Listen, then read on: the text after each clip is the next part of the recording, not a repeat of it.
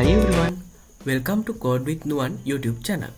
මම නුවන්. ඉතින් අද මම ඔයාලට මේ වීඩියෝවෙන් අරගෙන එන්නේ UI UX කරන්න ආසාවෙන් ඉන්න ආධුනිකයින්ට වැදගත් වෙන මූලික පාඩමක්. මේක දිගටම UI UX වීඩියෝ සීරීස් එකක්ම අරගෙන එන්න මම සැලසුම් කරලායි තියෙන්නේ. ඒ නිසා අපිත් එක්ක දිගටම රැඳිලා ඉන්න. කොහොමද සිම්පල් බටන් කොම්පෝනන්ට් එකක් හදන්නේ? ඒකට හොවා ඉෆෙක්ට් එකක් දාන්නේ? බටන් කොම්පෝනන්ට් එක භාවිතා කරලා ස්ක්‍රීන් දෙකකට මාරු වෙන්නේ කොහොමද? ඒක ප්‍රොටෝටයිප් කරන්නේ කොහොමද? වගේ දේවල් අද මම ඔයාලට මේ වීඩියෝවෙන් කියලා දෙනවා. ඉතින් ඔයත් UI UX ඩිසයින් වලට ආස කෙනෙක් නම් අනිවාර්යයෙන්ම මේ වීඩියෝව තප්පරයක්වත් මගහරින්න නැතුව බලන්න. ඉතින් අද අපි මෙන්න මේ වගේ දෙයක් තමයි කරන්න යන්නේ. අපි ගාව තියෙනවා home කියලා ස්ක්‍රීන් එකක්. ඒ වගේම අපිට තියෙනවා profile කියලා තවත් ස්ක්‍රීන් එකක්. අපි මෙන්න මේ home ස්ක්‍රීන් එකේ තියෙන go to profile කියන බටන් එකෙන් profile එකටත් go to home කියන බටන් එකෙන් home page එකටත් මාරු වෙන්න interaction එකක් දාලා UI UX design එකක් හදන්න යන්නේ. ඒකට අපිට ඕන වෙනවා button component එක. ඒකේ අපි variant දෙකක් ගන්නවා default and hover. Figma ගැන තමයි අපි අද මුලින්ම ඉගෙන ගන්න. Figma කියන්නේ website, mobile apps, user interface ලස්සනට design කරන්න පුළුවන් powerful UI UX design tool එකක්. UI UX කියන්නේ මොකක්ද කියලා දන්නේ නැත්නම් මම වෙනම වීඩියෝවකින් ඔයාලට ඒ ගැන කියලා දෙන්නම්. ඔයාලා දැනටමත් මේ වීඩියෝ බලන්න ආවා කියන්නේ UI UX ගැන ටිකක් හරි දන්න නිසා කියලා මම හිතනවා. ඒ නිසා මම මේ වීඩියෝවෙන් ඒ ගැන කතා කරන්නේ නැහැ. ස්ක්‍රීන් ඩිසයින් කරන්න, reusable component හදන්න, interactions ඇතුළත් කරන්න වගේම ප්‍රොටෝටයිප් හදන්නත් Figma වලින් අපිට පුළුවන්. අද අපි මූලිකව අවධානය යොමු කරන්නේ basic component සහ prototyping ගැන. එහෙනම් අපි වැඩේ පටන් ගමු.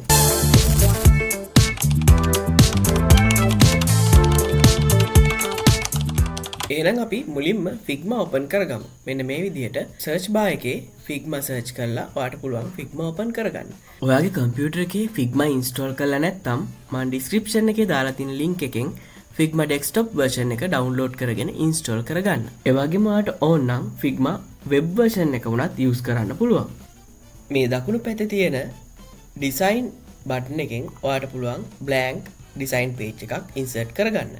ඊළඟට අපි මෙන්න මේ විදිහට මේ untitled කියන තැන double click කරලා අපි මේ ෆයිල් එක rename කරගමු. ඔයාලට පේනවා මෙතන pages ඒ වගේම layers කියලා කොටස් දෙකක් තියෙනවා. මේ page 1 කියන එක තමයි select වෙලා තියෙන්නේ. අපි දැන් මේ page 1 එකේ page එකේ background color එක මේ විදිහට පොඩ්ඩක් වෙනස් කරගමු. ඔයාලට අද මම කරන design එක පැහැදිලිව පේන්න ඕන නිසා මම මෙතනට පොඩ්ඩක් light color එකක් background එක විදිහට දාගන්නවා. ඔයා කැමති නම් ඔයාට මේ dark color එකම default color එකම තියාගන්නත් පුළුවන්. හරි. දැන් අපි අලුත් frame එකක් මේ page එකට දාගමු. මෙතනදී ඔයාලට මේ frame button එක click කරාට පස්සේ මම මෙතන desktop group එක යටතේ තියෙන desktop කියන frame එක select කරගන්නවා. ඔයා කැමති නම් ඔයාට mobile frame එකක් වුණත් මෙතනට select කරගන්න පුළුවන්. ඔයා mobile වලට කැමති නම්. ඊළඟට අපි desktop frame එක rename කරගමු home කියලා. ඒ වගේම මම මේ page 1 කියන එක double click කරලා rename කරගන්නවා prototype කියලා.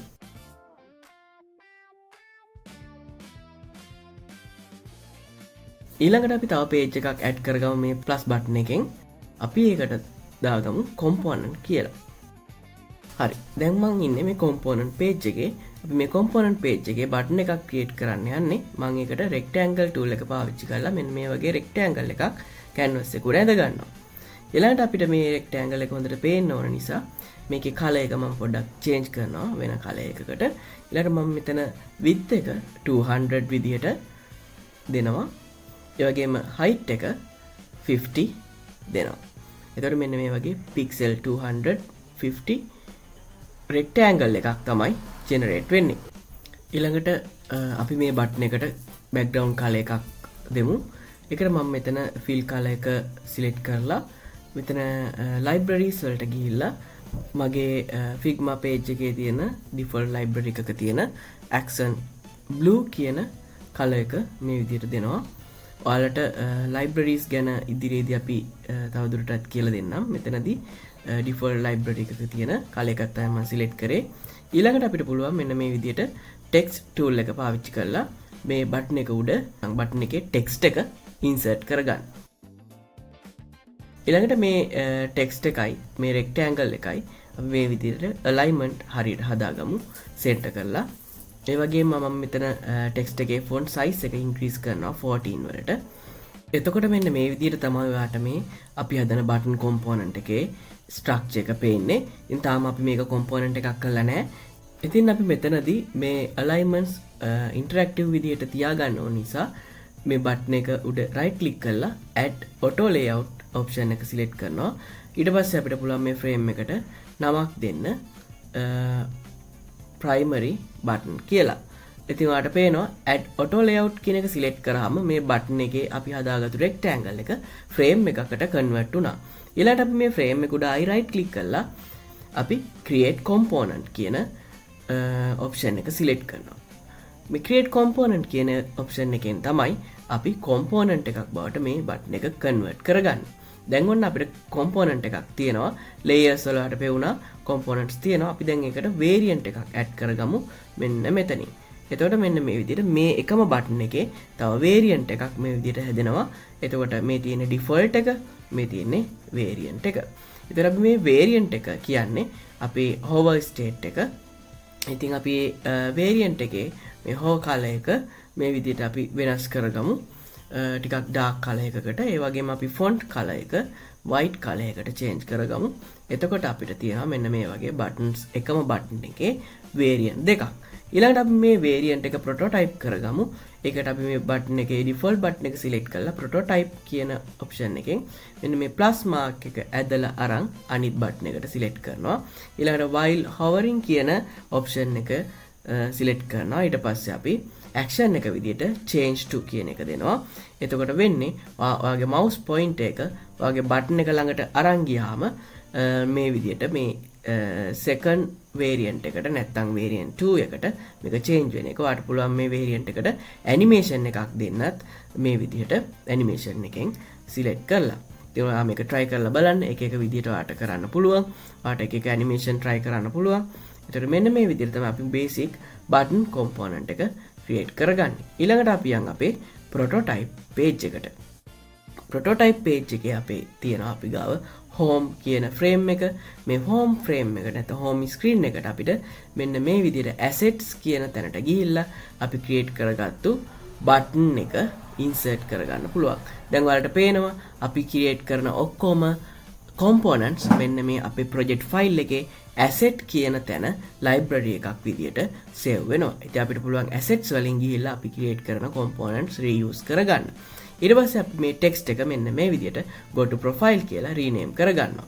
ඊළඟට මම මේ home frame එකෙන්ම duplicate එකක් ගන්නවා control D. එතකොට මෙන්න මේ වගේ තවත් frame එකක් එනවා. අපි මේ frame එක profile කියලා rename කරගමු. home page එකේ ඉඳලා අපිට profile page එකට යන්න ඕන නිසා එතකොට profile කියලා අපි මේ page එක මේ frame එක rename කරනවා. ඊළඟට මම මේ profile එක ඇතුලේ තියෙන button එකේ text එක go to home කියලා change කරනවා. අපි කරන්න යන්නේ home page එකේ ඉඳලා profile page එකට මේ button එක click කරලා move වෙන්න. ඊළඟට profile page එකේ ඉඳලා go to home කියන button එක click කරාම ආයිත් profile එකේ ඉඳලා home එකට එන්න.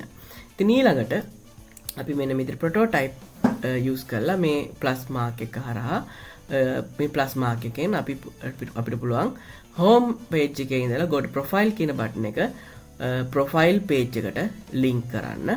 ඒකටත් අර විදිහටම අපිට පුළුවන් on click කියන trigger එකට අපිට action එකක් දෙන්න navigate to profile. ඊළඟට profile page එකේ තියෙන home button එක click කරලා ඒත් on click navigate to home කියලා අපිට දෙන්න පුළුවන්.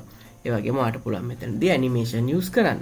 ඉතින් අපි home page එකේ ඉඳලා home go to profile button එක click කරාම profile page එකට move වෙන්න තමයි යන්නේ. ඉතින් අපි home page එක කියලා indicate කරගන්න text එකක් මම දානවා home page කියලා. මම ඒකේ font size එක ටිකක් පේන්න ටිකක් ලොකු කරගෙන මේක page එකේ මැදට align කරගන්නවා. ඔන්න මේක තමයි අපේ home page එක. ඒ විදිහටම මම profile page එකත් හදා ගන්නවා. profile page එකටත් අපි text එකක් දාමු. මේ text එකෙන්ම duplicate එකක් අරන් යන්න පුළුවන් අපිට. alt button එක press කරගෙන drag කරාම ඔයාලට duplicate එකක් ගන්න පුළුවන්. එහෙම නැත්නම් control D ක්ලික් කරන්නත් පුළුවන්. එතකොටත් ඔයාලට duplicate එකක් ගන්න පුළුවන්. මම මෙතන හෝම් පේජ් එක වෙනුවට මෙතන ප්‍රොෆයිල් පේජ් කියලා රීනේම් කරනවා. හරි. ඊළඟට මම මේ ප්‍රොෆයිල් පේජ් එකේ බෑග්‍රවුන්ඩ් කලර් එක චේන්ජ් කර ගන්නවා. එතකොට අපිට හොඳටම අපිට මේ ප්‍රොටෝටයිප් එක වෙලාවේදී මේ පේජ් දෙක අතර වෙනස ඔයාලට මට හොඳට පෙන්වන්න පුළුවන් නිසා මම මෙතනදී මේ ප්‍රොෆයිල් පේජ් එකේ බෑග්‍රවුන්ඩ් කලර් එකක් චේන්ජ් කරනවා. අපි මේකේ බෑග්‍රවුන්ඩ් කලර් එකට මෙතනදී අපි yellow කලර් එකක් වගේ light yellow කලර් එකක් මම මෙතනදී සිලෙක්ට් කරන්නම්. ඔයාට කැමති විදිහට මේක ඔයාගේ ස්ටයිල් එකට ගැලපෙන විදිහට ඔයාට සිලෙක්ට් කරගන්න පුළුවන්. අපි මෙතනදී පේජ් එකකින් තව පේජ් එකට නැවිගේට් කරන විදියයි කියා දෙන්න යන්නේ. අපි try කරලා බලමු. මෙන්න මේ play button එක click කරන්න.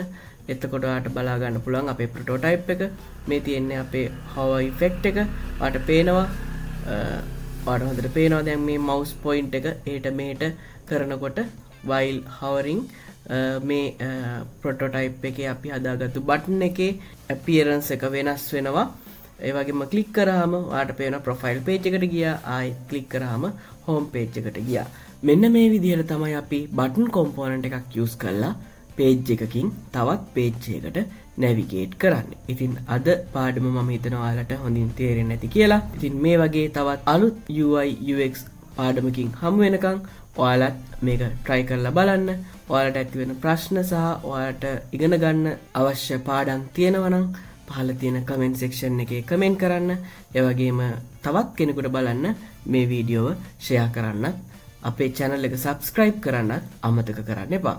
එහෙනම් අපි තවත් අලුත් පාඩමකින් හමු වෙනකන් ඔයාලා හැමෝටම bye bye.